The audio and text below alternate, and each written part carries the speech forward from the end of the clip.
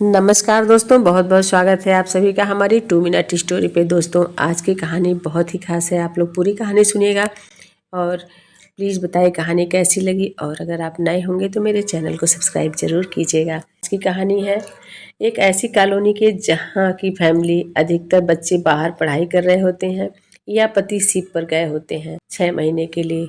उनके जीवन की कहानी है। आइए सुनते हैं आज की कहानी। कॉलोनी में अधिकतर ऐसी फैमिली है जिनके बच्चे बाहर कहीं पढ़ाई कर रहे हैं या पति शिप पर हैं 6 महीने के लिए, या फिर जिनके बच्चे नौकरी कर रहे हैं। और ये वही महिलाएं हैं जो अपने पतियों को, बच्चों को तनाव मुक्त कर कर्म क्षेत्र में खुशी खुशी भेज देती हैं। अपने नाम के अनुसार ही डिफेंस कॉलोनी सुरक्षित और पास इलाके में थी। महिलाएं चैरिटी संस्था, समाज सेवी, एनजीओ, किट्टी पार्टी आदि में बहुत सक्रिय भूमिका निभाती थी, क्योंकि उनके पास समय और पैसा दोनों था। नीलिमा के पति मोहन इंजीनियर हैं। सुमन अपनी बेटी श्रेया और बेटा सौर के साथ रहती हैं। डिफेंस कॉलोनी में रहकर भी सबसे कटी हुई अपने बच्चों में लगी रहती। शादी के पहले सेंट्रल स्कूल में कुछ महीने पढ़ा चुकी थीं। बच्चों का साइंस खुद पढ़ाती थीं और इंग्लिश भी। 10वीं के बाद श्रेया डीपीएस आरके पुरम से +2 करने चली गई। शौर्य रह गया। अगले साल शौर्य भी चला गया।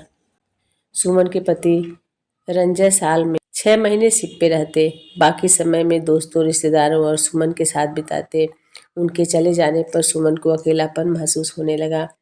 सुमन के पापा और मम्मी दोनों एसबीआई में थे। बचपन से सुमन माँ को बैंक जाते देखती।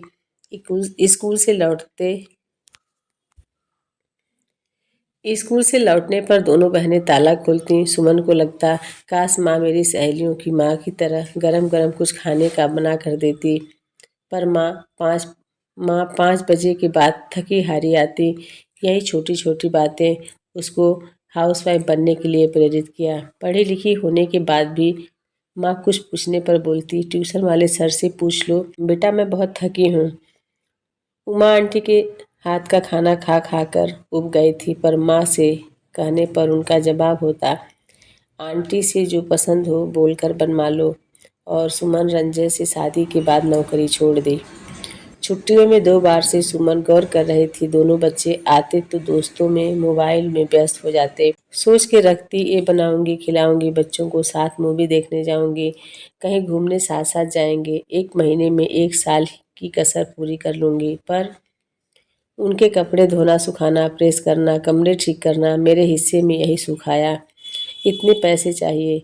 सुमन की आत्मा छलनी हो जाती और फिर सुमन घर की चारदीवारी से निकलने का दृढ़ संकल्प ले लिया। डिफेंस कॉलोनी में चर्चा का विषय हो गया। सुमन किट्टी से लेकर हर एक्टिविटी से जुड़ गई और पूरी सक्रियता से लग गई। श्रेया इंजीनियरिंग कर रही थी और शौर्य जेएनयू में पढ़ रहा था।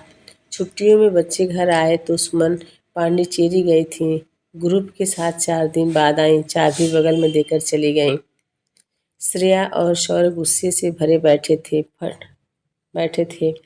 फट पड़े दोनों। दम भर कर सुमन पर अपना गुस्सा निकाला। सुमन शांति से सब कुछ सुनती रही और फिर कहा, अब मैं बोलूं?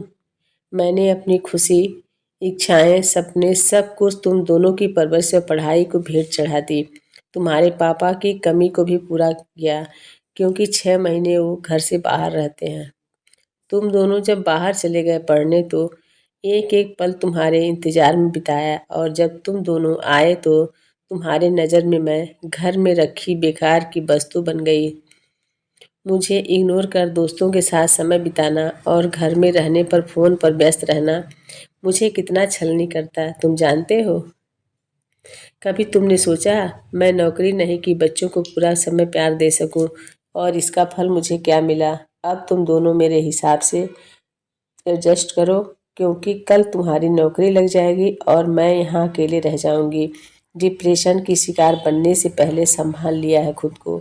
मेरी भी जिंदगी है, मुझे भी अपने तरीके से जीने का पूरा अधिकार है। ये कहकर सुमन दोनों का गाल थपथपाकर काफ़ी बनाने किचन में चली गई और दोनों बच्चे माँ का ये नया रूप देखकर अवाक रह गए। दोस्तों, यह सबके जीवन में आता है ऐसा समय, तो हमें क्या करना चाहिए आप लोग कमेंट में ज़रूर बताइएगा, क्योंकि एक ऐसा पल आता है कि जब बहुत ही अकेलापन लगता है और खालीपन लगता है। क्या एक औरत घर में सिर्फ नौकरानी की तरह जीवन जीने आती है? उसका कोई अपना वजूद नहीं होता है। जिसका मन किया वो फरमाइश कर दिया, कपड़े साफ कर दो, कपड़े प्रेस कर दो, घर साफ कर दो, घर ऐसे रखो, ये खाना बनाओ, वो खाना बनाओ, बर्तन धुलो। एक औरत की क्या यही लाइफ होती है? आप लोग ज़रूर बताइएगा आपकी राय क्या है। इन्हीं शब्दों के साथ विदा लेती हूँ, फिर मिलती हूँ नए वीडियो के साथ। तब तक के लिए हमारे सभी प्यारे मित्रों को प्यार भरा नमस्कार।